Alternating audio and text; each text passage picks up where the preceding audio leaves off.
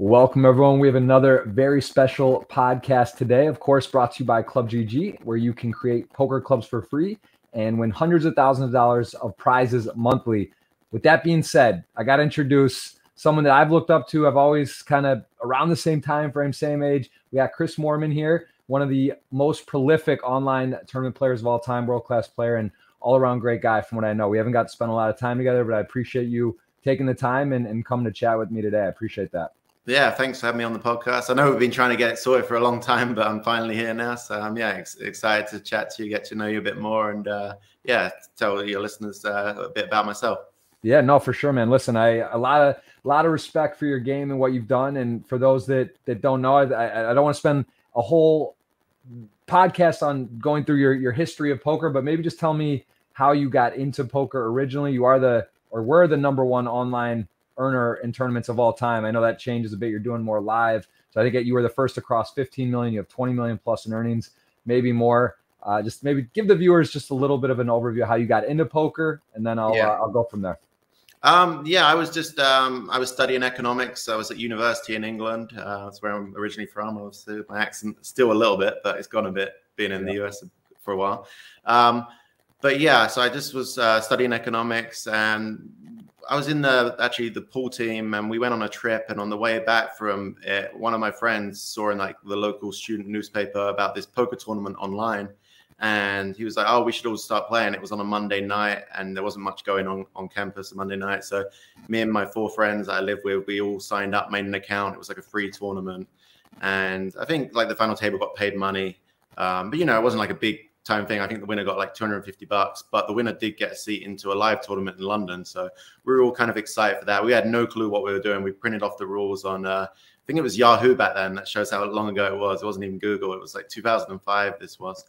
And me and my friend just started playing. We were terrible. One week I got like a good rush of cards though, and actually came second place. So I missed out on the live tournament, but now I had like $150 in my account. And everyone was like, "Okay, are you going to cash it out? Or are you going to become a gambler?" And I was like, "Oh, I don't know. I want it for free, like $150, especially when you're a broke student. Like I could have cashed it out. It would have, been nice. But I was just like, oh, well, I want it for free. Let's see how it goes." And kind of just went from there. I went down to my last $10. I was playing like an idiot in cash games. I was just going all in, trying to win the blinds. And obviously it will work most of the time until I ran into a good hand. And I would think I was unlucky. It was the worst strategy ever. But yeah, the one thing I was quite good at was the single table tournament. So I play them, and with my last $10, I was like, okay, well, I might as well put it all on a $10 single table tournament. Won that, got my account back up a bit, took a little break, and then I started getting into it a bit more seriously. Read went on online forums, and just went from there. Really met people on the poker site I played. Like we started talking on MSN Messenger, stuff like that, and just got really into it, and it kind of ended up taking over my studies. Ended up leaving my university degree and taking on poker full time, and just went from there. Really. The sit and goes in Britain, right?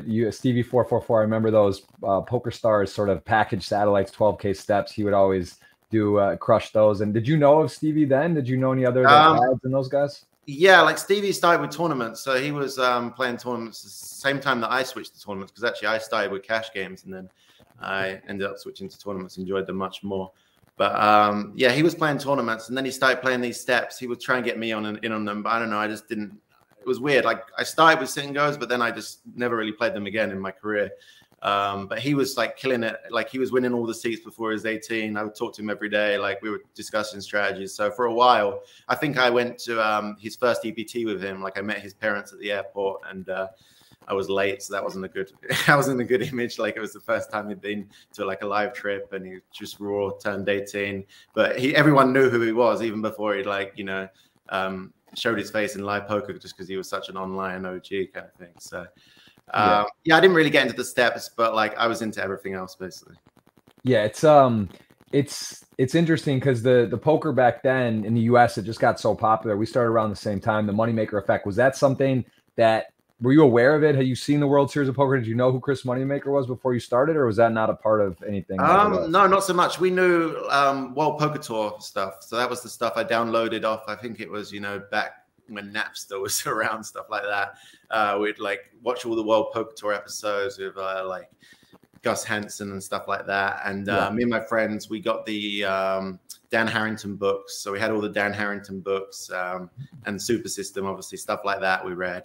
But yeah, World Series wasn't really a thing until like when the first 2006 was my first World Series I played. I won a satellite on full tilt and just came in and actually played one warm-up event, a 1K event, and then I was straight into the main event. It was probably my third ever live tournament. So I came in there like thinking I was, you know, the shit basically, and I quickly realized I wasn't. Yeah, it's those are fun times back before married life and all this, where it was just like, you know, your boys, you go out and get a house and go out for the summer and do it. Those are definitely some great memories. What was the transition like for you from online to live? And was that a difficult decision because you were having so much success online? Were you a bit worried, like not only just not how you would do live, but that you would take away time from something you were dominating? Was that, talk to me about that transition? Yeah, so I like, obviously, like everyone live, the buzz of it was cool, but my first 5 years live were just a disaster. Me and Sean Deeb used to joke that we were both the two biggest losing players live, and I played a fair amount of events. I would mainly play like stuff I satellited into, just because then I was like, okay, well, I got in for cheap anyway, and it's not a big deal. But I just felt like I was winning online and then just giving it all back live. Like you know, like just whenever I get deep in a tournament, I'd lose a big race, or maybe I'd make a bad bluff that would get called. Or I was, you know, it was one of those things where my opponent would tank for 3 minutes and then they'd always make the right decision, you know. And then I was like starting thinking, am I giving it away? My poker face, you know. My mum knew nothing about poker, and she'd always be like, well, I watched it on the TV and they're all wearing sunglasses. Maybe you should try that. So I remember one year I played the WPT 25K when it was at the Bellagio, and I was on day 2. And I didn't know anyone on my table for day 2. So I was like, okay, I'm going to wear sunglasses today and just see. I feel like an idiot, but I'm going to do it. And first hand, I had like the most standard open. And it was just one of those ones, probably because it was first hand of the day, everyone still hadn't like sorted out their chips and stuff. But everyone took 20 or 30 seconds to fold before they folded. I won the pot.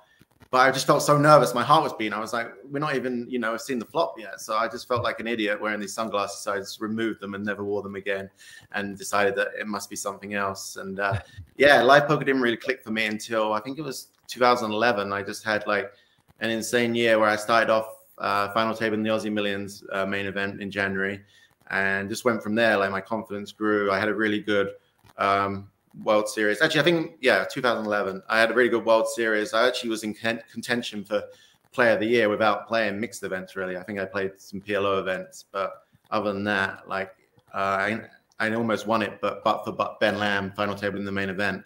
Yeah, it was insane. I was like deep in every tournament, and obviously you do interviews and everyone's asking you like, oh, so what are you doing differently? Like, you've been around for a long time, never really had any success live. What are you doing differently? And, you know, I was just playing my game more. Obviously, I had a bit more confidence. Maybe I was a bit more patient, stuff like that. But only 5 or 10% changes. And, you know, I was just running really well. My bluffs were working out. I was pulling the trigger maybe, a little bit more that would in good spots, and picking my spots more. But it wasn't like I suddenly devised a whole new strategy. It was just a few tweaks and the difference between winning a big flip and losing a big flip. So yeah, I always reference, because I streamed on Twitch consistently for 4 or 5 years, and I would just try to equate how many tables that I was playing versus like when I would play 4, 6, 8. You know, how much does that actually add to follow the chat, be distracted, doing stuff?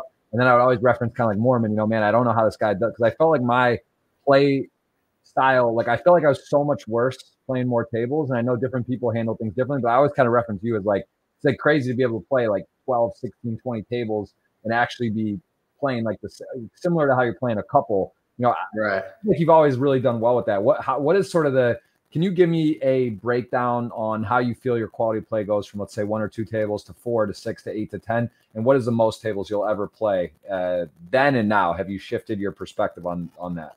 Yeah, like back in the day, I would have played like as many as possible. I would just get in everything, and maybe like 30 plus tables. But now I would maybe max out like 15 on a Sunday, something like that. And a lot of them would be stuff that I late register as well. So, you know, it's very simple decisions: push or fold, 10 big blinds. And if you double up, okay, you're sitting nice, like close to the money, stuff like that. And if not, you're out and you load up another one. So a lot of them will be more simple decisions. So I wouldn't like to play like high stakes tournaments that many tables. But my buy-ins, I don't tend to play like the big stuff with small fields. I prefer, like with tournaments, I like to like risk not too much to win a lot. So I like bigger fields, softer tournaments where I know I have a big edge on the field, rather than like say a 5,000 buy-in tournament with 50 runners where you have to pay a lot of attention to every single hand, because then I feel like that would take away from my other tables. So I kind of try to avoid those tougher field tournaments unless I satellite in, and play fields which have, like, you know, you can win 100 times what you buy in for first and stuff like that. And obviously a lot of the time it's, you know, you're not gonna make anywhere near the final table in those fields, but that's why I like to play a lot of tables, give myself a lot of chances. And yeah, I do find that if I only play a couple of tables, I do look for spots that aren't even there. You know, you try and win every pot and you like see a squeeze spot every time. And you almost try too hard. So that's why I like to have like a sweet spot of maybe like 9 to 10 tables. You know, I've been playing so long that a lot of decisions are quite straightforward for me. So then I don't have 4 tough decisions at once, really. You know, it's very rare. So that's the way I like to do it. And how would you say the state of online poker is right now to when it was back in the heyday, or let's say 5, 6, 7, when you started playing a lot then? Do you feel like it's gone in waves? Like, is it literally getting super tough, then easier? It seems like there's a lot of people coming into poker right now, live and online in general. What are your thoughts of the current landscape? Yeah, I think it really depends what games you're playing. Like, if you're comfortable with the stakes you're playing, like, and the size of the fields. But yeah, compared to sort of when I first started 10, 15 years ago, over that really, the game's like moved on, you know, like 1,000% almost. Like, it's just a complete different game. If I was playing the game back then that I was playing, I would get crushed now. So yeah, you just have to keep moving with the times, keep trying to learn and get better. But that's what keeps it fresh, because I've seen a lot of people come and go from when I've played poker. Even people who I thought were way more talented than me have sort of been bypassed by poker. But I always was like, okay, I'm going to work hard. It's my, you know, like, this is my job. So I can't be too, you know, even if I'm doing really well, I can't get too confident with it. I have to like always look at, work on my game, and like when I see stuff that I'm not sure about, like ask other people, not have too much of an ego to do that, and just try and stay one step ahead. And I've always tried to not play. Always tried to play different to everyone else as well, because in tournaments especially, I feel like you can get away with, you know, maybe not being the best technical player, as long as, because you don't play the same opponents every day. Like, you're playing the player field is like a lot larger than, like, say if you're playing a cash game. Like, if I was playing a weekly cash game that was streamed, everyone saw your cards, then some of the exploits that I'm doing people would quickly crack onto that. But once you play like people, you only play a couple of hands against them each day, and they're not really significant hands. So they're playing hundreds of, you know, different opponents, lots of different tables. So they're not trying to like study playing just against you. It's not worth their time.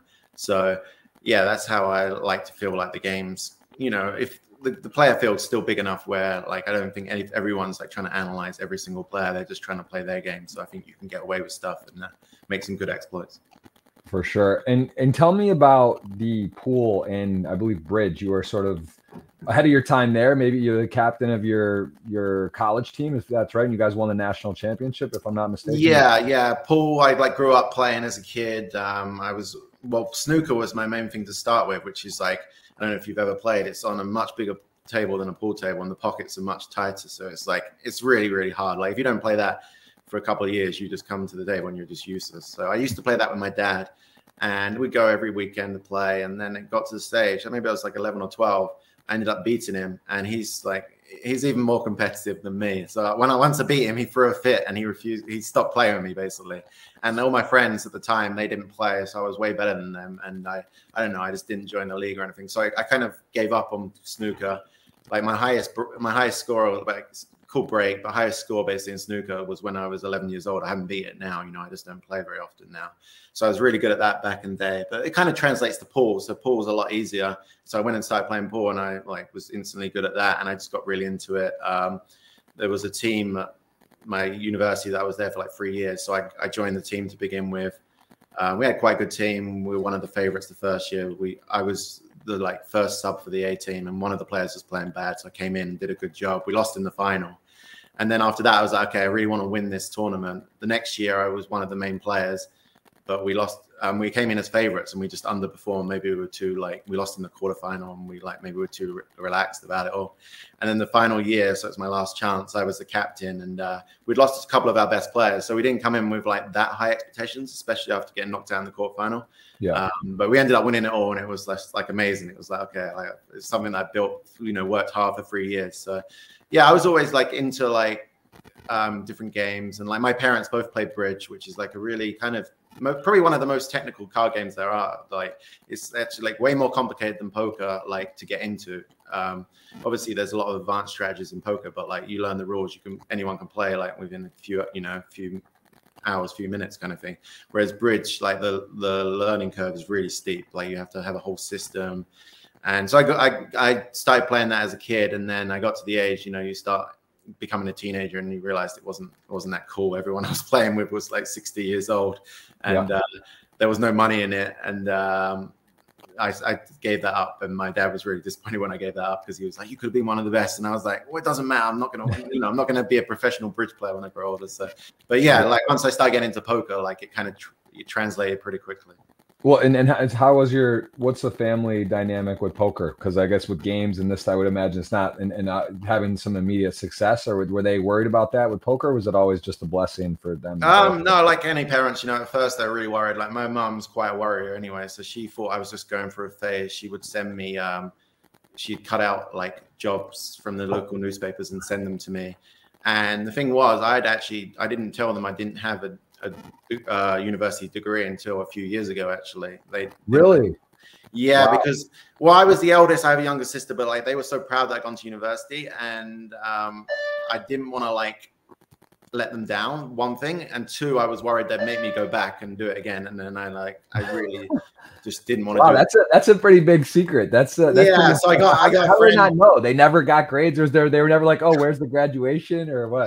Well, combination of things. I got a friend to Photoshop a set of fake results to them, which was like the worst possible pass. So it was like a third, which is like a pass in the UK, but like it's like, okay, you get a third, and you're not going to get like a great job to start with. So I said all my friends have got better degrees than me, so you don't want to come. It's embarrassing. And I had actually satellited into the World Series poker main event at the same time, so I was like, I can't go anyway, and like you're just gonna be there, like I'm not even gonna be able to do it, and you're gonna feel a bit stupid because like other people have got better grades, so don't go. Well, so you did tell them you were going to be in Vegas, like the World Series. Yeah, I said I'd satellite into this. I said I'd been playing poker, and I told them that I showed them basically that I'd paid off all my student loans and stuff. So I said it was like quite a serious thing for me, and I wanted to do it, but I hadn't said that I'd left basically my university degree 6 months before. That's an interesting story. That's a really bluffing, firing on your parents. I like that. That's yeah. Well, the crazy thing about it. You knew that it would have been, they were going to be like, no, you're going to school, and like the whole thing. Yeah. Makes sense. But my dad was a lot more practical. He was like, okay, you've got 6 months. He wrote down all the finances I had. He was like, you got 6 months. I want to see how much you've made. Like, and if this is feasible to do, like as a job.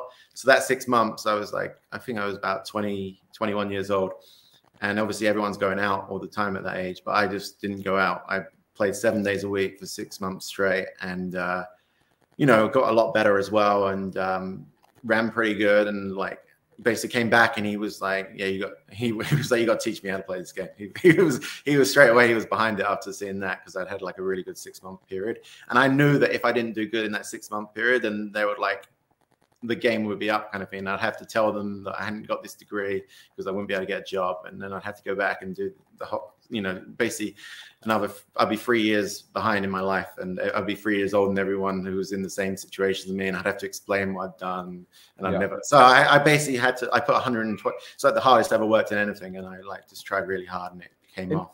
And tell me, I'm curious, with nowadays, there is solver work and of course GTO talk, and it's good to know the plays, and exploitive is a big part of the game still. What were you doing back before there was information other than just some books and stuff? Were you just naturally good at games like you said, snooker, pool, bridge? You had some acumen to the game, but what was it what were you doing to review or study, or to that you were able to separate yourself and become the #1 online player in the world for, many years in terms of earnings and whatnot? What do you think was your special superpower, or were doing differently than a lot of others? Yeah, I was trying to like basically So they had like the Pocket Fives ranking system, and I would try and move up that. And every time I'd move up, so I'd say I get into the top 100, I'd message like just private message like the people from 90 to 100. So I was like, okay, I'm a similar level to them now, so they might want to talk strategy, and I'd like message them, and obviously some might not reply, and some I'd chat to and I'd like, and we'd talk on like AOL Messenger, and then to talk about different strategies, what they thought worked, what I thought, and then I would like, basically a lot of it was trial and error though. You try it in game and see what was working, what wasn't, and then go from there. And that's how I learned, was just a lot of playing, and the games were soft enough that you could still try new stuff and be winning. And so every time I'd be playing a lot, I'd move up the rankings, and I was kind of excited because I'd look up the rankings. I'd be like, okay, this person's, I really respect their game, but they're like 25th and I'm 90th right now. So I don't want to message them right now and then just big time me. But if like they see I've had a lot of good results lately, they might want to learn what I'm doing. So then I move up to like the top 20 and I'd message them and they're right back. And so I would get like a lot of different people's opinions, and I try and meld them into my game and just take like, like try and basically take their best strategies and put it all together, like 10% of each different person. And I just talked to a lot of people from different countries. And I also enjoyed, just meeting, people and from different lifestyles and countries. It was enjoyable because at the same time, obviously all this poker and online, I was becoming a bit like, I wasn't leaving the house as much. So this was kind of my life. And I wasn't in the real world as much. So I was happy in poker, but then I also wasn't so happy outside of life. But I was like making these friends, and I meet them at the live stops and stuff like that. So yeah, just like that's kind of like old school, but that's the way I got about it. And that was, and then once I started backing a lot of players, I would take different things from their game, and like we'd discuss strategies as well. And that's when I'd start taking, trying to like develop new strategies for the whole stable and stuff like that. So no, go ahead. Looking back, what would you have tell yourself, like your younger self in 2006, 7, 8? Was there anything you'd recommend? I mean, it's different. It's hard to say to someone coming into poker now, right? Because it is different, and the barrier to entry probably a bit harder. But like, what would be some advice you would give to your younger self? Well, definitely not to choose poker over life. Because for a long time, people would be like, "Oh, I've got this birthday party or whatever on a Saturday night or something," and I'd be like thinking, "Well, if I go out Saturday, I'm going to be hungover for Sunday, and it's a big Sunday this week, there's special tournaments, or even like just because back then as well, like every day you missed, you're basically giving up a bunch of EV because like a bad session for me really, and this is just in tournaments was almost like breaking even. And like obviously most of the time in tournaments, 75% of the time I looked like the other day, 75% of my online sessions ever have been losing sessions, and that's just kind of the way it goes. It's like 70%, something like that. So you are going to lose 7 times out of 10, but in my head I was like, even if I lose, it's like break even, because the games I just felt like I had such a big edge, and I just loved playing so much. I was almost like, if it wasn't my job, I was addicted for sure. Like just I loved the action. I couldn't get enough of it. I'd sort of, especially when I was living in the UK, because the time schedule would be like you start grinding about 6 p.m. and you play until about 6 in the morning. And then by the time I got to sleep, after the adrenaline wore off, maybe I get to sleep at like 9 a.m. It's getting light outside. And then I'd wake up like an hour before I had to play again. And sort of my friend would come home from his normal job. I'd chat to him for a little bit, maybe play a game of PlayStation, and then I'd be back on poker kind of thing. So that was my life, and it took over for a long time. And yeah, to become like the best at something, like that's kind of, you have to do that really. But it wasn't necessary, and it did take over. Like it took me a while. Like it wasn't until I got into like my sort of early 30s that I made a lot of changes. Obviously I met my wife and stuff like that. So you can't be doing that. Like marriage isn't going to work out too well if you're doing that every day. So, How is it being married to someone also? Cause she's very proficient in poker. I know has some great results and likes to play as well. And I've always wondered that. I have some good friends that are married or wife, girlfriend, and it's an interesting dynamic, right? Cause it's like, poker's amazing. It's fun cause it's cool. She can relate. She understands it. It's a lot of fun, but that relationship too is a bit tough if you both want to play, and how it works. And then your schedules, maybe if you're in this tournaments, and then when are you free? And also the bad beats, these type of things. Like you have to really condition the relationship to understand. Cause I know friends are like, man, it's cool that they play, but it's like, I don't want to hear like the poker hands and all the time. Sure. So how does that work? And have you had to shift how you guys, some rules for that? Yeah, I mean, the thing is, at the end of the day, I'd rather like she understood poker than she didn't. So obviously, there's gonna be times when you're like, oh, I don't want to hear about this bad beat. Like, I don't care about what happened in your tournament. Like, but you know, at the end of the day, when someone's been doing that all day and they're frustrated, they've gone and played a live tournament, they've got knocked out with an hour to go. You have to try and put yourself in their shoes. And how would you feel if that happened to you? Like if the other person's just not interested in your story and just like that's going to make them feel 10 times worse. So you just have to like remember like that you care about them, and like maybe if you don't care about some poker story, sure, whatever, but like you have to care about it because like it's what they've been doing all day and like they're obviously emotionally invested in it. Yeah, it's probably easier in a lot of ways because at least they understand too. It's like, you know, my wife, if I lose kings to ace-x in a spot and a big deal, and it's like she doesn't care. She just wants the result oriented, you know, like whatever happens. So it's kind of nice too if you know they get it, like how you're doing. Yeah, like just even things like when are you going to be done for the day? Like, you know, like she understands that, oh, I don't know that right now. It depends what happens in these tournaments. I can say I've stopped registering and then she'll realize, okay, he's not going to be all night. Or, you know, but it depends. Like, obviously, I kind of want it to go on for longer because I want to do well in one of these last few tournaments. So, yeah, don't go making any plans. So. How has that time been? Because, you know, Patrick Leonard, who I respect a lot, good friend, and he's a great poker player. Some just amazing, the amount of work ethic. I would say you guys are similar in a lot of ways and the type of volume and what you've accomplished in your careers. But, you know, that schedule is tough, right? To go to bed at 5, 6 a.m., if you go deep too, especially when you're having so much success, you're winning tournaments or final threes so often, you know, just one tournament can do that, right? From a Sunday that puts you up so late. How has that been to adjust your schedule? And have you ever considered, because you've traveled the world, right? You go on vacations, you play at stops, tournament series. I'm sure you've played in other time zones for extended periods of time. Have you just got so used to the UK and how late that is? Or would you in a dream world be in the Eastern or even Vegas, for example, for a scheduled time zone? What is your preference and how has that been to adapt to the UK late nights? Yeah, well, actually, I haven't lived in the UK for like a decade, basically. Okay. Yeah, like even before I met my wife and stuff, I moved. I went to Australia, lived there for a bit, like got a different time zone because I just felt like it was so antisocial, and that was part of the reason that I was becoming just like all about poker and didn't even want to like go out and leave the house and stuff like that. So I switched before then, and then obviously when I met my wife, she's American, so like we moved to California and had a house that we would go to like play online series in like Vancouver or in Playa del Carmen. So I used to go to either one of those places a lot when like Scoop or something like that was on. And even now I like I bought a house in Mexico in Puerto Vallarta, so I go there a lot if there's a big series on. So I split my time between like Vegas, Mexico, and back in UK or Canada or somewhere like that. So I'm moving around a lot. Yeah. And also I know the times have switched. So people who do play in the UK, it's a bit of an earlier schedule now. But yeah, like if I go home, like I think I was like home for Scoop last year, and I was home for a couple of weeks, was playing at my mum's house.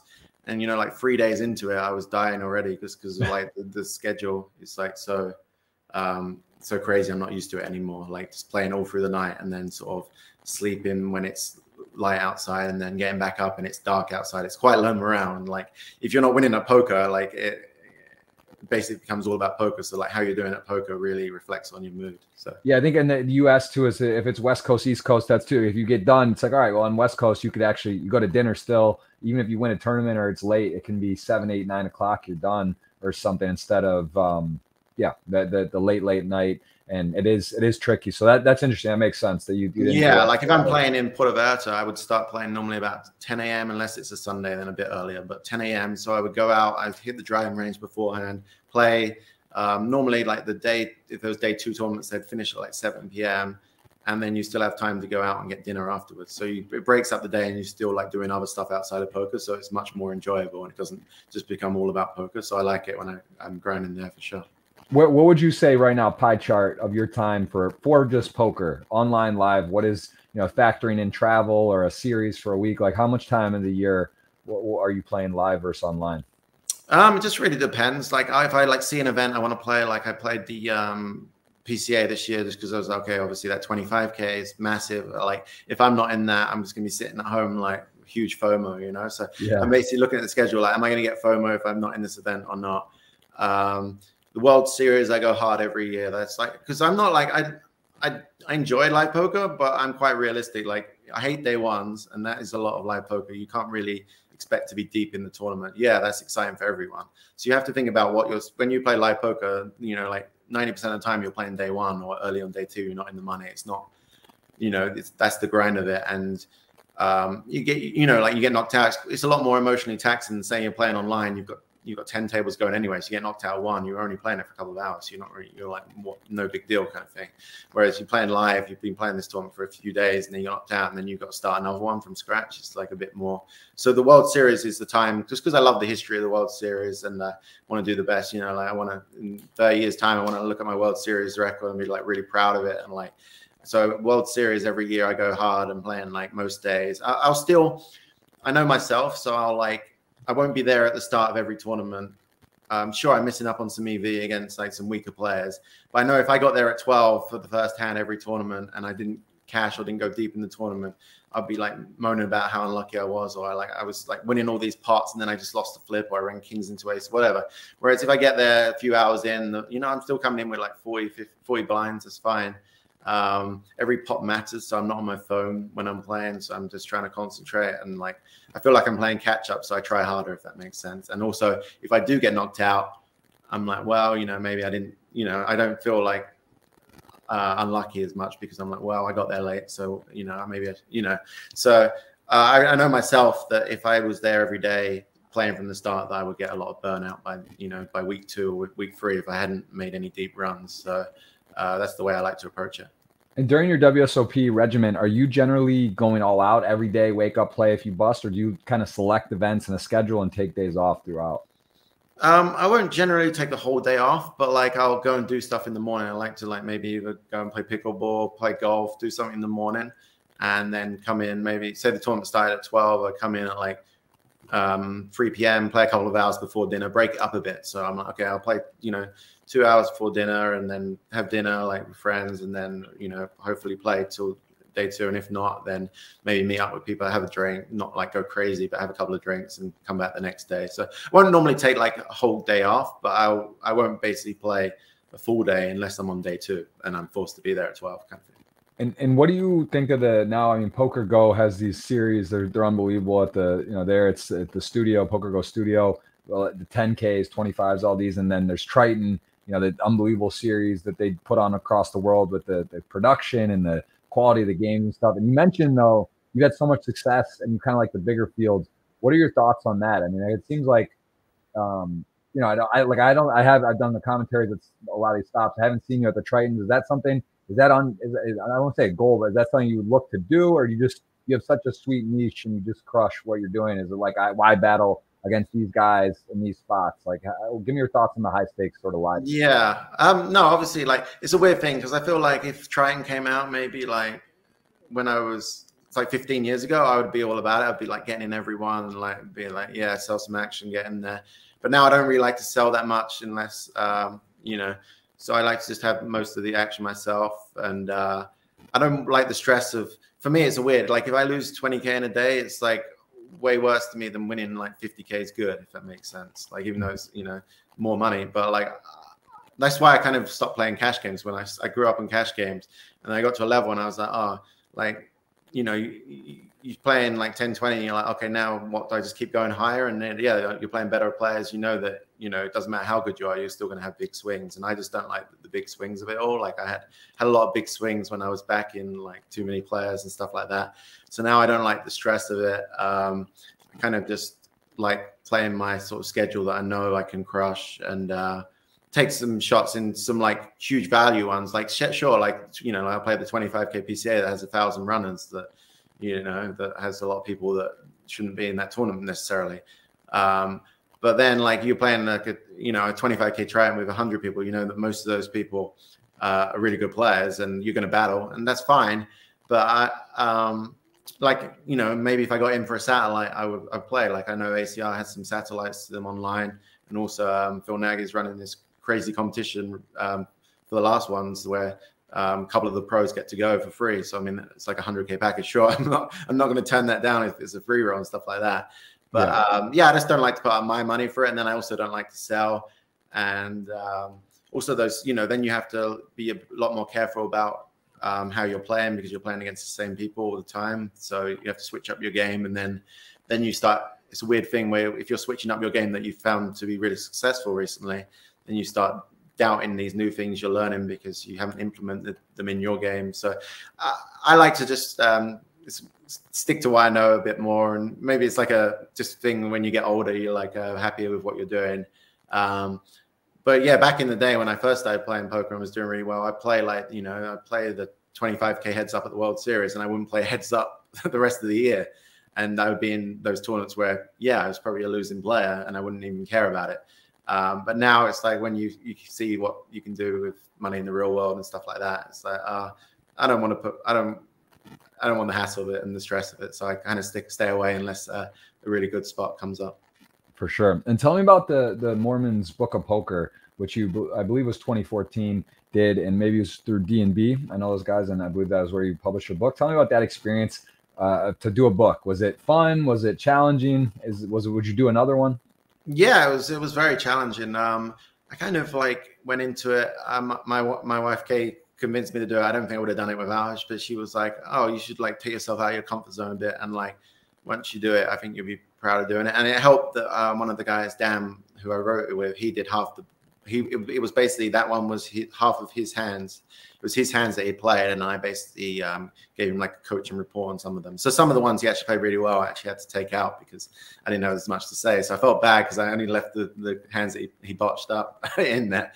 But yeah, that helped because I had something to go off. So I wasn't starting from scratch. And I still think like it was quite intimidating because I think I had to write like 50,000 words, and I hadn't done anything like that since I was at school. Like, was that a little bit tricky too? Because like it's sort of, it's like get your name out there. It's cool. It's nice to have, but also realizing like that time you're spending, like, man, maybe I'm missing some poker I want to play live or online or other free time. Was that a bit of a sort of a FOMO situation too? Because to understand what the risk, what you're giving up, the opportunity cost, or looking back, are you just glad you did it because it's now you have it and it's done? No, it was actually a time I was going for a really tough period in poker. Actually, I just dropped all of my horses. At one point, I was backing 30 players all by myself, and it'd been like ups and downs, and then like basically everyone went down at the same point, and I kind of like should have got out way earlier than I had, and I. It was like, oh, it will turn around, someone will win something, and then, no one won anything. And then I realized, oh shit, I like lost basically like, 90+% of my bankroll. So I'm starting sort of back from the bottom, and I thought it would be fun playing lower stakes and, building it back where every sort of win mattered in like lower stake tournaments. And I could, like own people a lot more because they weren't as good. And, it was only a couple of month period, but like I was just kind of running deep in these tournaments, coming 12th, 13th. And it's really frustrating, especially when you're playing like a $10 rebuy online. There's 5,000 people in it and you come like 12th or 13th for nothing. And you know that the win would suddenly, okay, you can jump up again. So I took a year off. I didn't really play much live. I played lower stakes. And the first few months I was just kind of, I thought I'd enjoy it, but I really didn't because I was like, had a lot of FOMO from like missing live tournaments. I saw other people who I thought I was better than, like winning big tournaments, and I was like struggling, and I was just on, I definitely wasn't playing my best as well. It started affecting me. So basically this opportunity came to me where it was like guaranteed money. I could do this thing, and like I could take a little break from my tournaments as well, and like reset my mindset and go from there. So I basically took a small break from poker just for like a couple of months, only playing maybe like Sundays and stuff, and worked on this, and then had a better perspective coming back, and actually went on a nice upswing after that. So it helped me sort of see the bigger picture, and because it was quite hard because like, I know my dad like had always been like, oh, you should invest and buy houses, but I didn't know where I wanted to live, and I didn't want to invest in stuff outside of poker because I didn't know much about it, and I didn't want to bring in outside help, which wasn't very smart, but I thought I knew poker really well. So I was backing all these people, and it was going well for a while, and then like I just basically took on too much and put myself in a bad spot, and it kind of all came tumbling down, and I felt a bit stupid about it all. So yeah, I just had to reset, and it felt a bit weird because, you see like, everywhere you go, you're reminded like, oh, you won this, and what did you do with the money? And you're like, well, I lost it, but it wasn't me losing it. It was other people, but it was technically me losing it because I was managing it all and I just managed it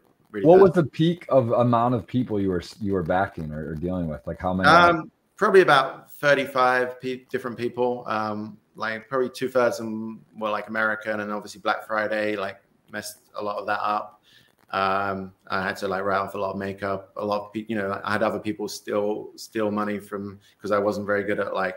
Basically, I should have employed an assistant. I tried to do everything myself and cut corners, and that would be something. That would be the only thing I changed. Like I wouldn't not do it because I had a lot of amazing experiences from it, and I met a lot of amazing people and friends from it.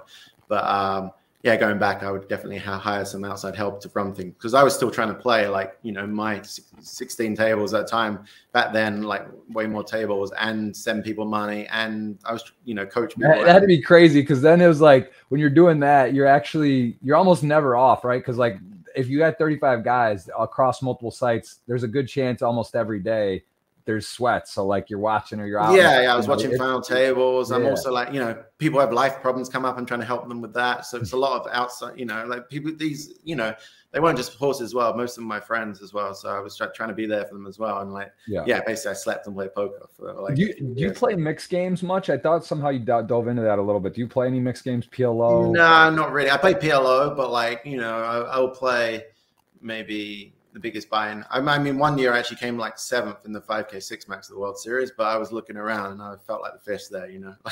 Like a couple of times the dealer would deal out 2 cards and stop, and I'd be like, yeah, that's good. Let's play Hold'em. Let's do a round. Yeah. Yeah. Now I play like, you know, like maybe like 2K PLOs and stuff like that, but I wouldn't play much. You know, I enjoy the game, but I wouldn't say I'm an expert at it. And then like other games, definitely not, you know. I've won like some horse tournaments stuff before online, but you know, like small stakes, and so it's just so much time to put into it.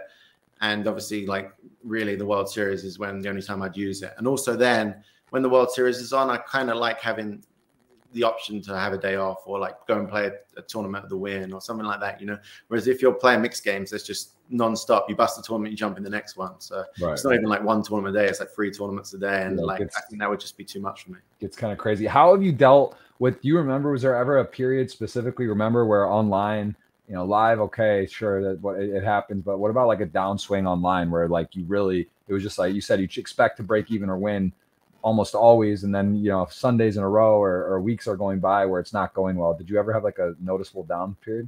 Yeah, like I had it was shortly after I got rid of all my horses as well. Like so I was struggling a lot online.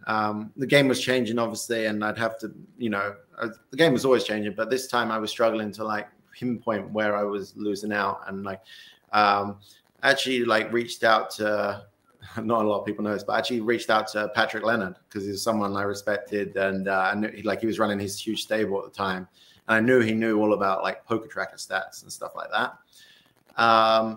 And I was like kind of a fish in poker track. I used it, I used it when I first started for cash games, and then I'd gone through a phase where I just didn't use a hard, and then I was like back and forth on a hard. So I didn't know exactly what numbers you wanted where and how it, you know, like where I was leaking massively from just looking at my database. And I remember him like putting up a post just for like $500 or something. I'll send me your like database and I'll look through it and see what, you know, I can fix some of your stuff. And I was like, well, what's the harm in you doing it? You know, obviously like you're giving up some EV to someone you're playing against, like, you know, sometimes, but you know, tournament fields are so big. It's not really a big deal. So yeah, and then when you're with him, if you're ever with him, you know he knows, and then you maybe actually do. Yeah, of course, you're going to get in some weird spots after that, but you know, your game's still constantly changing. For sure. And so yeah, I did that, and I was like, okay, I'll try anything at this point, because you know, it wasn't even more about the money. It was just like hate losing. So like, I was like, why am I getting beat up at that point? Like I felt like like there's definitely times when you feel like, okay, I'm just running bad, but at that point as well, I felt like I wasn't playing good as well. So that's like. That hasn't happened too often for a long period of time in my career, but like I felt at that moment I wasn't running good, I wasn't playing well. I got like every time I went to register, I was like not feeling confident. So I was like, I need to fix something. I need to do something drastic. So I was like, okay, bucket. So I sent him the hands over, and he like came back with like a bunch of detailed notes, like he does. You know, it's not someone who does something half-assed, Patrick. So he sent me the thing, and I looked at it all, and I was like, wow. And so I, made some adjustments, and then quickly after that, I went on a nice upswing, and obviously that helped, and definitely helped my confidence as well, which helped me play better as well. So yeah, like that was definitely a tough time where I was like, give me an example on there. What was it, like big blind defense or frequencies? What was something that was stood out? Yeah, I definitely big blind was the thing that I was leaking a lot from at that point, because maybe I was under defending. Because back when I first started playing, like it was, if you almost didn't want to call the big blind. It was like you saw someone defend like king 4 offsuit against a late position open, and they instantly got the fish tag. That was just like, what are you doing? Like you've already put, you're doubling your losses on this orbit. Like you check folded. Like of course you check folded. You didn't hit much. You didn't hit anything. Right. Like just so. Yeah, so like obviously, and I didn't have the experience of playing from the big blind with a lot of these weaker holdings. So then it was an adjustment to like play almost, out of position more without the lead. So there was definitely like a learning curve with that kind of stuff. And then conversely, then other things you were like, he was like, oh, wow, you're doing really well in this respect. Like, and you're like, okay, so it gives you a confidence boost in that thing. Because obviously all the stuff I hadn't suddenly like forgotten how to play poker. It was just some things that were coming up that I'd sort of had bad old habits, and I'd stuck with them, and that I hadn't really adjusted. Yeah. And what about live, this WSOP main event? I want to know about this. So you get second, this was 2011. You said you basically were winning player of the year, and then Ben Lamb sort of miracled the live Vegas final table. But what was this like playing against Elio Fox heads up for the title? Did you guys make any deals? Did you know Elio? And what was this like, this experience at the final table for such huge money? Yeah, this is a crazy experience, because obviously this would come just straight after the World Series as well. So I had a really good World Series. I wasn't feeling any pressure money-wise and stuff. And like live, I'd had like a lot of success already this year. So I was feeling really confident. And obviously it's a really tough tournament, the World Series Poker Europe. It's a lot more higher percentage of pros.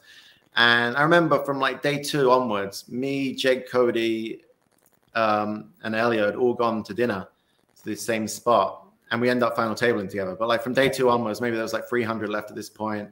And maybe there was a couple of other people going and they were still in, and then they'd drop out. But we had to keep going back to the same dinner place. And then like, now we're on the final table and we're still going for dinner with each other.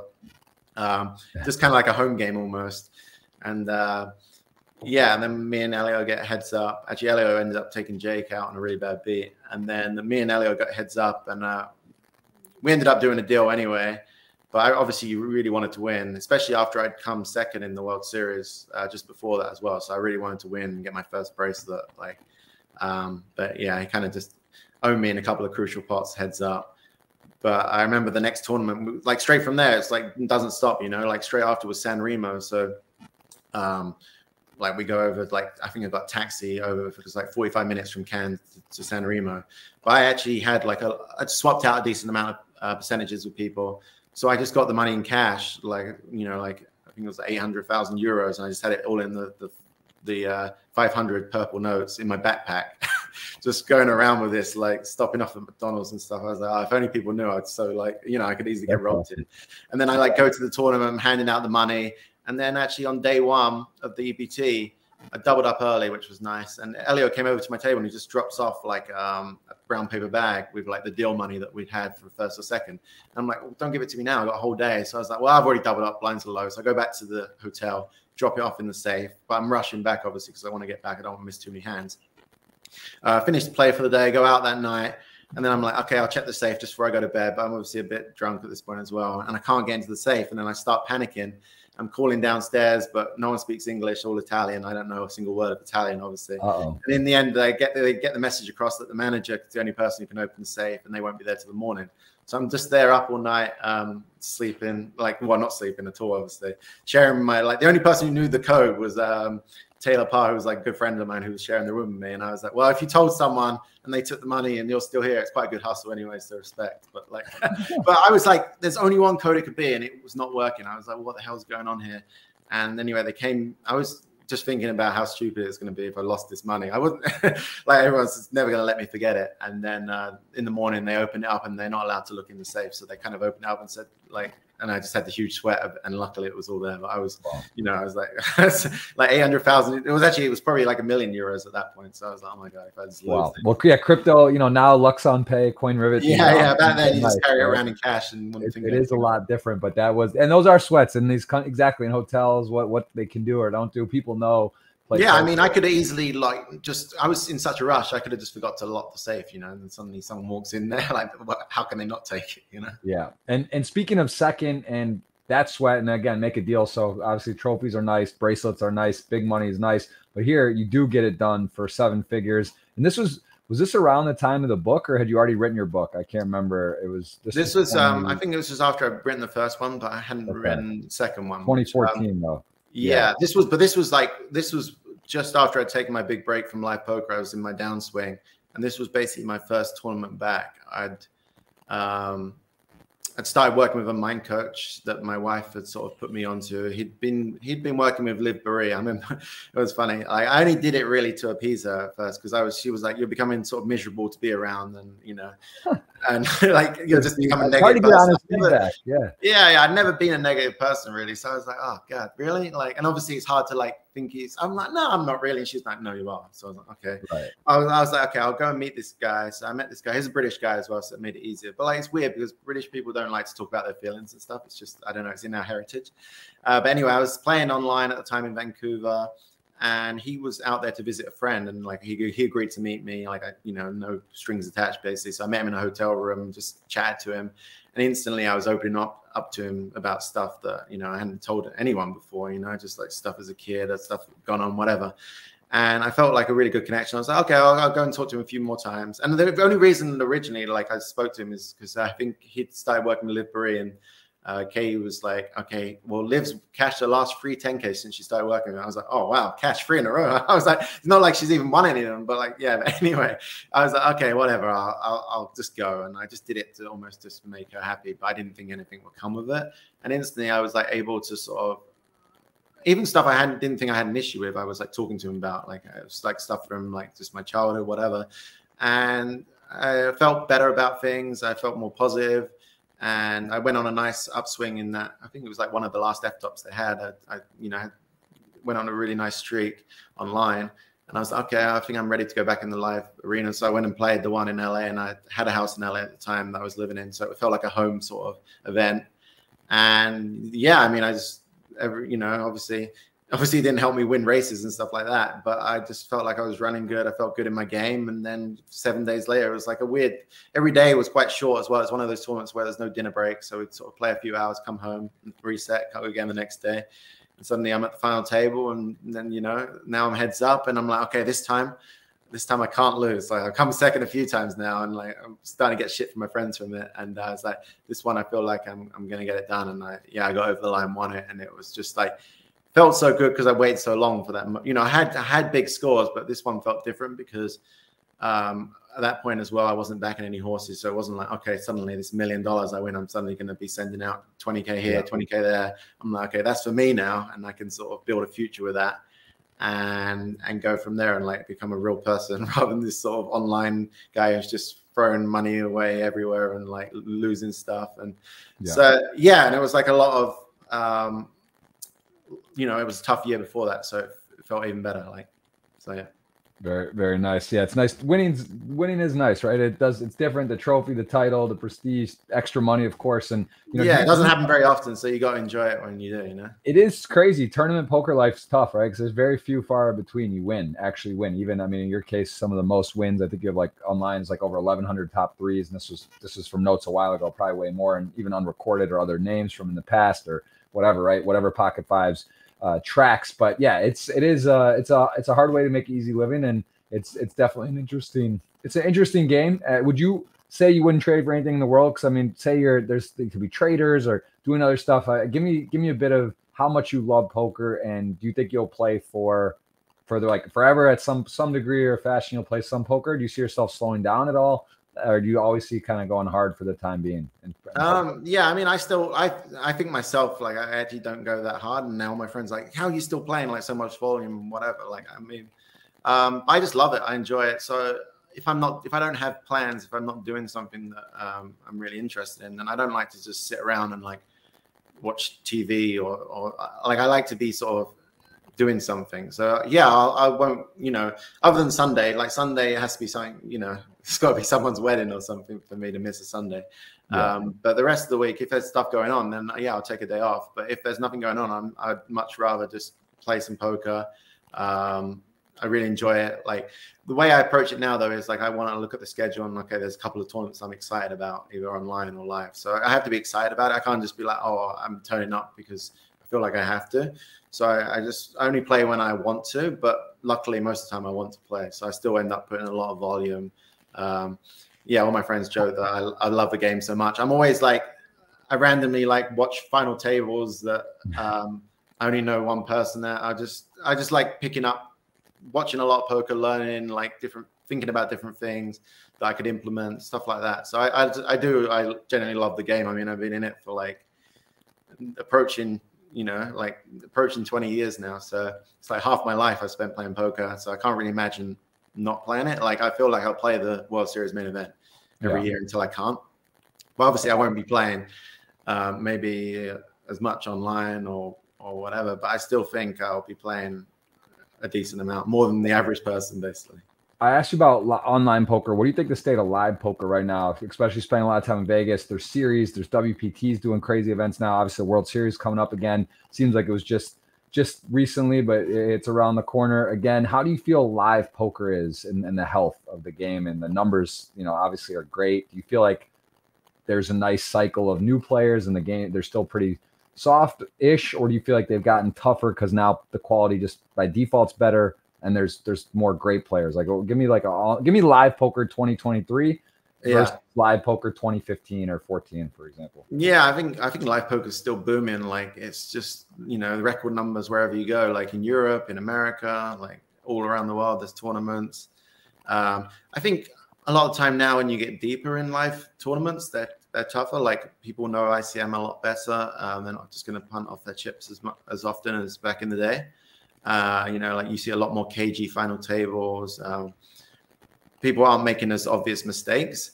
But, you know, day one, day two of the tournament, you still see people, maybe because they don't care as much, you know, like once they get, like they try and play better when they get deep, you know, but like day one, day two, they're still in there just doing silly things just for the story kind of thing, like you know. Yeah, or exactly, they got a dinner, they're in Vegas, it's like, oh, I'm with my buddies, like I'm gonna play a 10K. These guys, you see them and they're just doing something insane, right? Yeah, 10K to them it might not really matter. So like they don't care until they obviously, you know, now somebody there on day four, they're gonna, you know, they put a lot of time into it, they're gonna try a lot harder. But yeah, I still think live poker will always be really good value, whereas online, you know, it's obviously going to continue to get tougher and tougher as there's more you know, information out there, like solvers and programs that people can use to work on their game.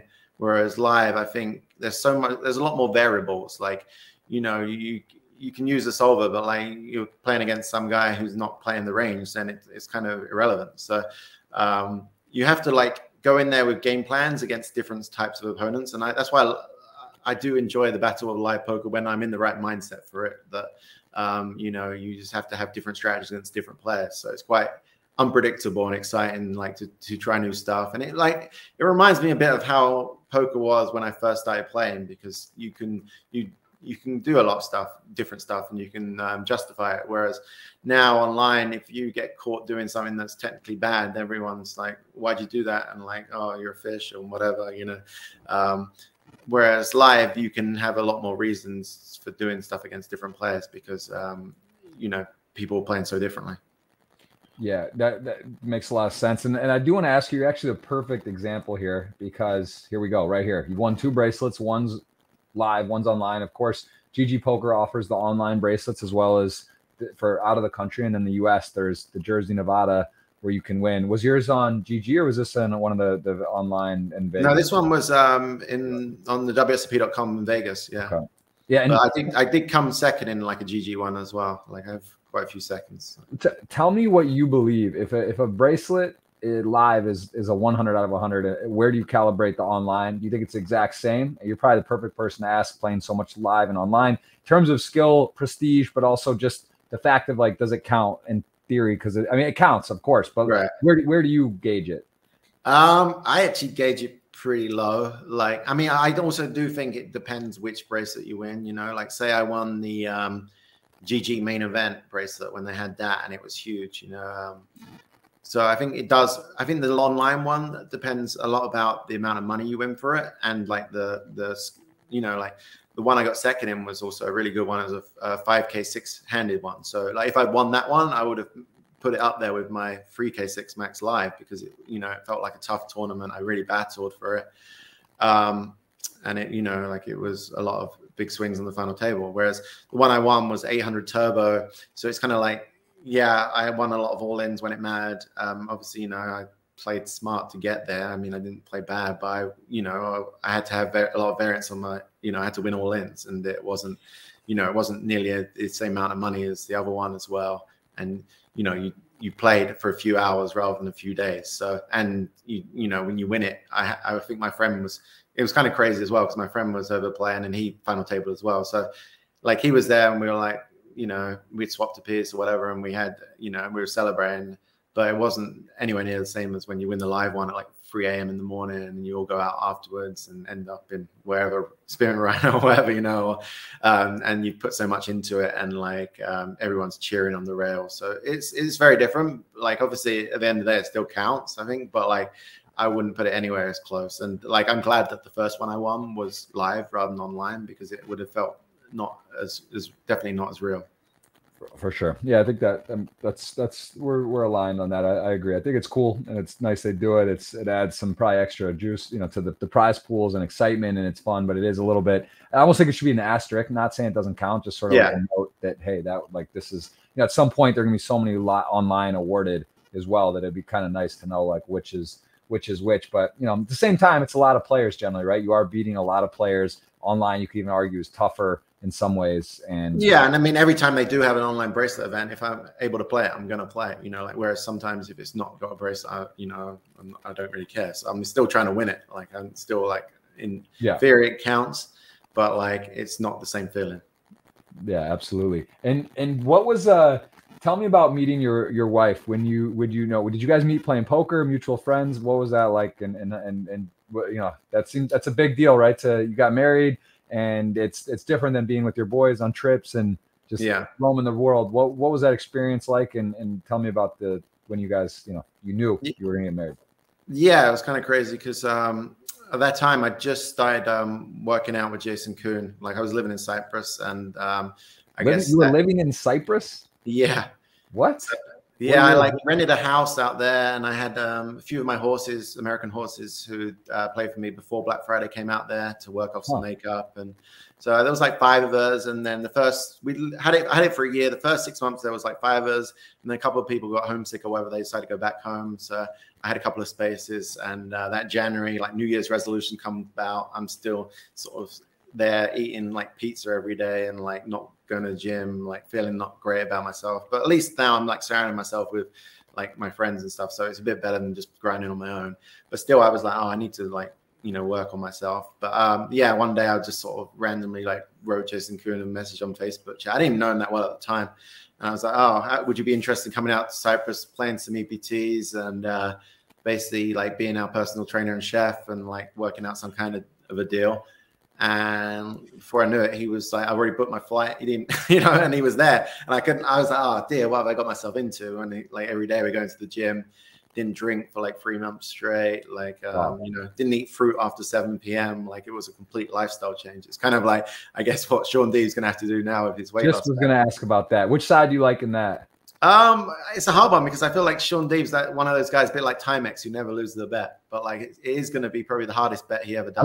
Look, I did the Jamie Staples, Matt Staples, where they had to switch weights and that. I bet on that, and like I'll just tell you in general, I think it's true. In these spots, you always got to bet on the man. But I mean, Doug Polk, look, I think he just narrowly lost, right? In one where I thought there's no way he's going to lose. I would have bet. I actually been busy. I would have loved to put some side action on that. I think, you know. But still, he would count that as a big win, and it got close, and it was like put him in great shape. But yes, I think in general, you got to bet on the man. I don't know though, man. This one doesn't feel easy. Sean Deeb, it's like plays so much poker. He's got a lot of kids, and that is not an easy task. Well, I don't say it's not 12% either, though, right? 17 is like a little more like, you know, you could find a way. It's not like life or death. Well, well, it might be, but it's not. It's not like the 100K to him. If he loses that, he's lost that before. You know, he's lost that in tournaments. It's not like he needs the money per se. So it's like if he has to have the motivation for the right reasons, and obviously he's never wanted to do it before. So it can go either way. Like I can see arguments for both sides. Yeah, but at this point, it's really losing $1 million, right? Because you have to win, and it's real, and you don't have anyone having a piece of it. You know, you could, I guess, sell some of your bet if you're not sure and give your friend some action at that. But it just seems like such a, I think the odds are closer to 50-50, right? So if you're getting 10-1, it's like, it's pretty good. That's pretty good for 10-1 for sure. But and what about you for any tricks for online poker with back, like sitting so much in chairs? Do you use any support? Do you do any online kind of things that you would suggest to people that are sitting all day, that are just there? Like any tricks you got? No, I have the worst posture ever. Like my wife's always coming in and going, "You're gonna need to lean back in your chair more. You're gonna like when you're 60 years old, you're gonna like have a hunchback and whatever." But like I don't, you know, like a lot of people get massages all the time. I never, like, touch wood, like very, very rarely have like back issues or anything like that. So I'm quite fortunate. I try and stay active, like playing different sports and stuff like that. But yeah, fortunately, like my eyes, that's the one thing that did, like, I think a lot of it was online poker. Like I had to wear glasses as a kid anyway, but my eyes really deteriorated a lot. And to the point, I went and got LASIK, and it like changed my life, kind of thing. Like it was really like I didn't realize how bad my eyesight was until I could actually see again. So how was that? Was that scary? I mean, that seems like a pretty intense thing. Yeah, like that's like one of my biggest phobias. Like as a kid, I'd have to go to these eye doctors at like 7 years old, and they put eye drops in. I hate eye drops more than anything in the world.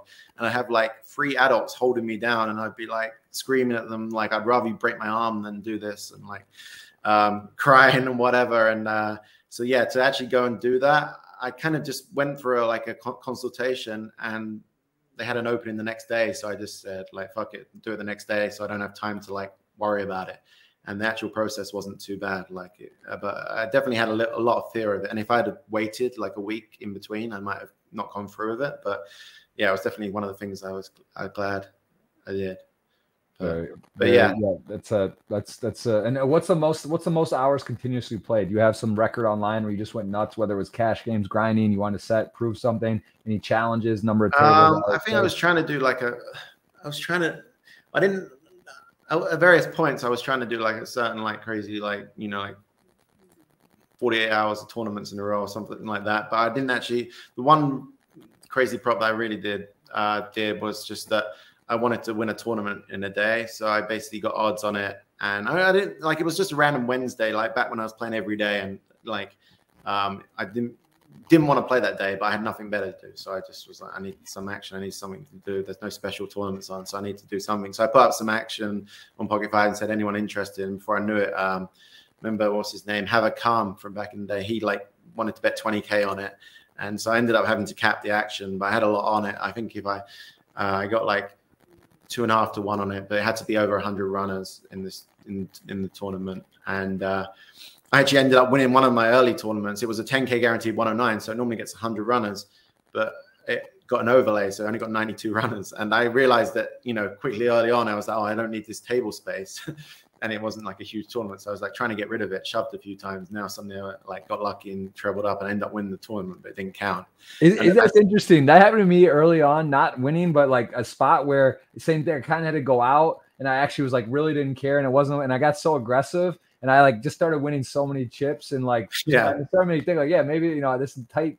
Then maybe I should just loosen up a bit. You realize the power of aggression, but yeah, that's funny, right? That's sort of how. Yeah. So, but then I played like a whole full session, like, you know, I was running bad, whatever. I didn't have that many sweats, and then suddenly, I think it was the late full tilt 50-50. It was called like $50 tournament, but it was a huge field. So it's like, what are the chances of this one?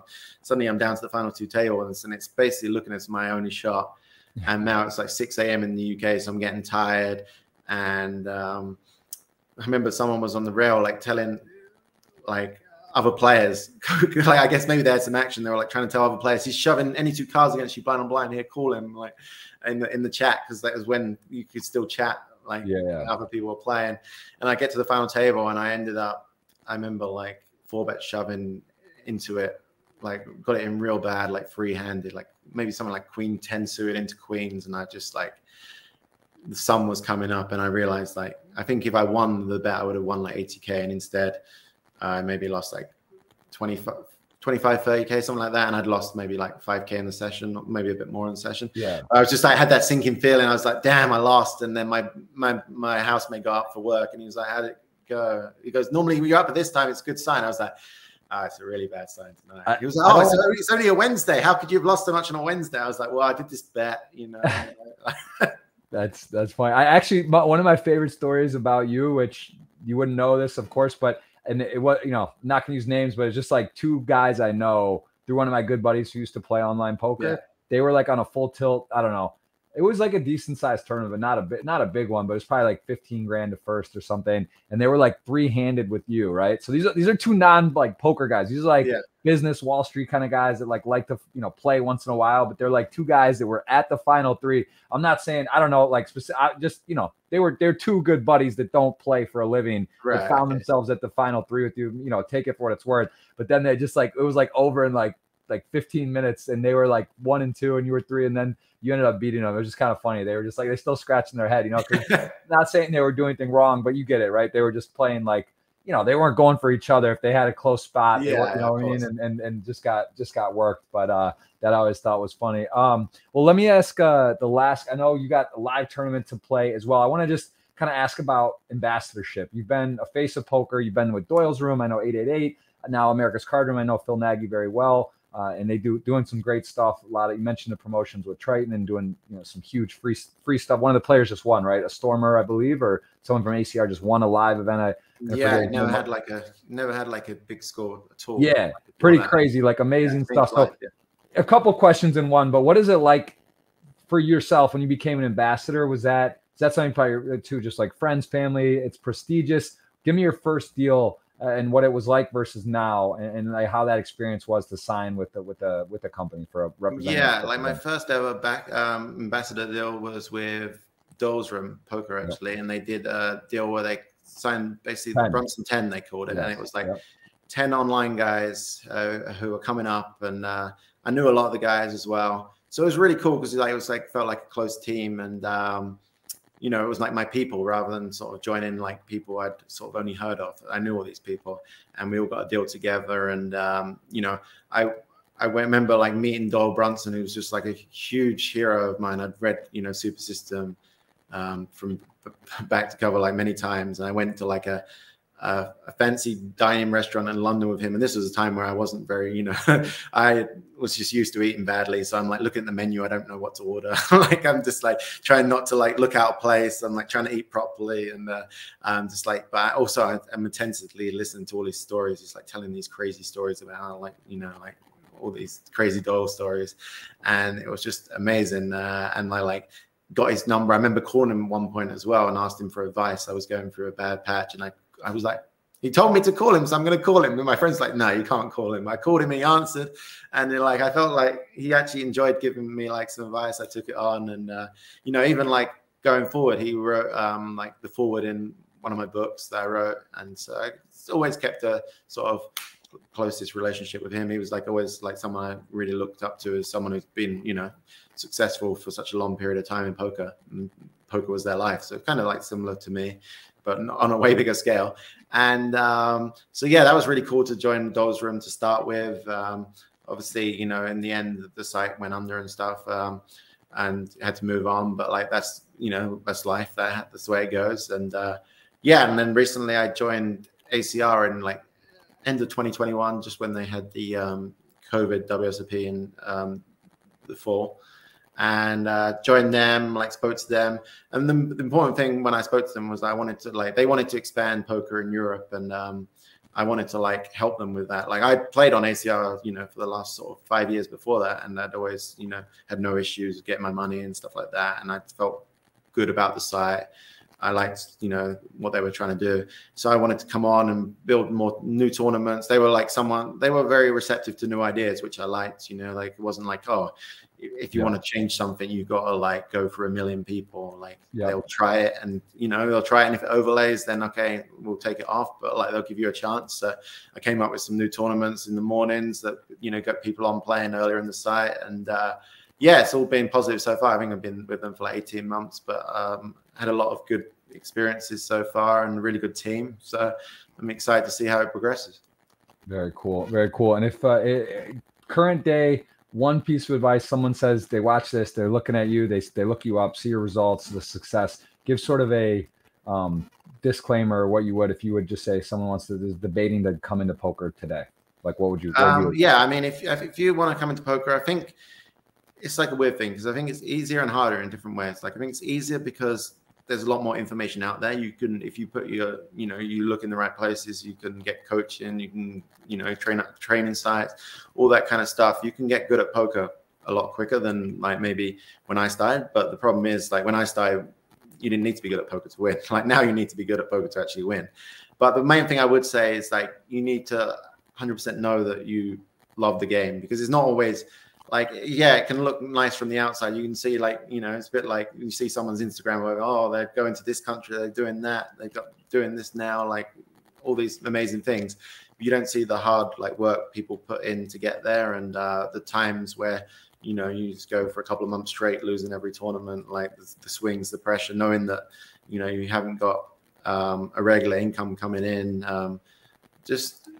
So there is, like, it's it's a hard way to make an easy living kind of thing. Like, I love it. You have to love it, I think, to do it for a long time. I know people who just did it as a means to an end, and they kind of fell off, and they didn't want to put the time into, once it started getting tough for them, they didn't want to, they didn't want to put the time in to change their game and to work on stuff. They just felt like it was just a bad run of, a variance, when really, like, yeah, sure, it could be, but a lot of the time when you are losing, you're doing something wrong as well. So it's important to, like, even when you're winning, it's important to work on your game, because that's definitely the time when you can become most complacent.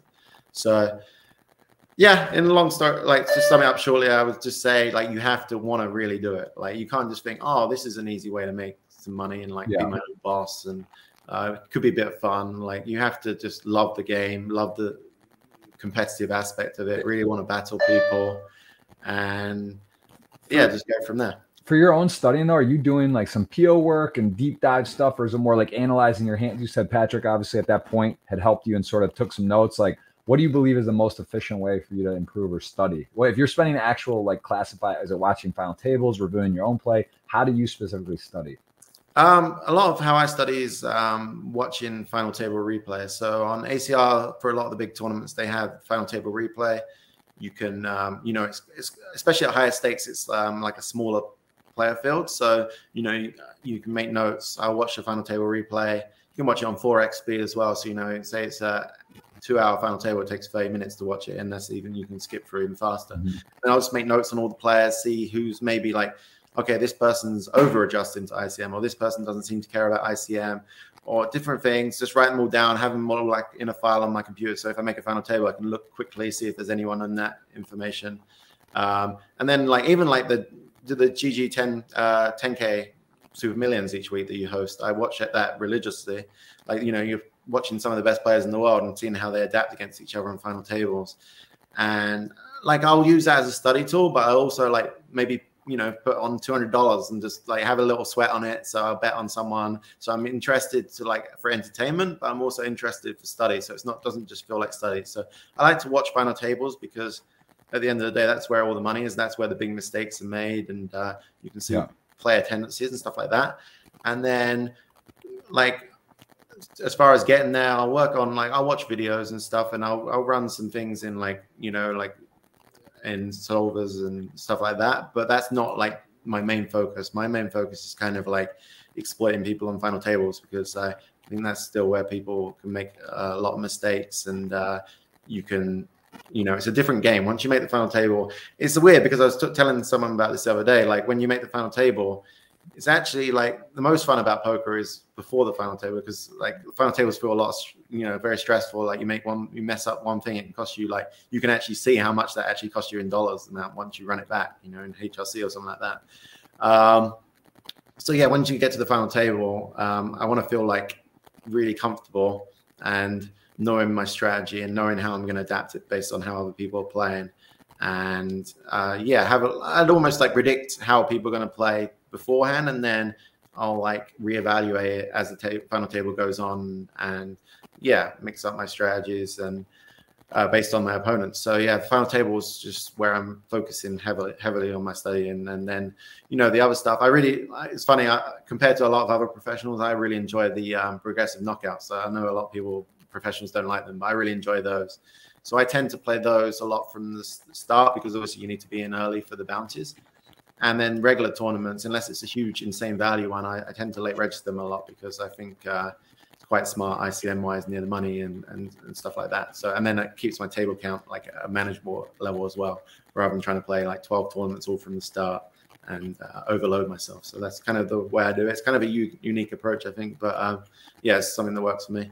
Yeah, it seems like, I mean, that's the thing about poker too live. Now the big blind ante speeds stuff up. There's little nuances, things get better. The shot clock, there's always, it's improving. Now there's the mystery bounty people love, progressive not bounties. There's 5-card, 4-card. There's always variations. Poker is going to be around, I think, forever in just some form or fashion. It seems to keep moving forward. And I know I said last question. I just got to pick your mind. I'm sorry. I thought to ask you this. What is what do you think the metaphor, like what have you gotten the most, what you would say you could apply to real life from poker, with variance, understanding luck, and things like this, like just sort of real life situations that come up that you get to learn and master in poker? How do you feel like poker has helped you to understand and move through life? Yeah, well, so like I know I mentioned briefly that I'd started working with a mind coach, and like I win that big tournament, and I've been working with him ever since. So that was like what, nearly 10 years ago now.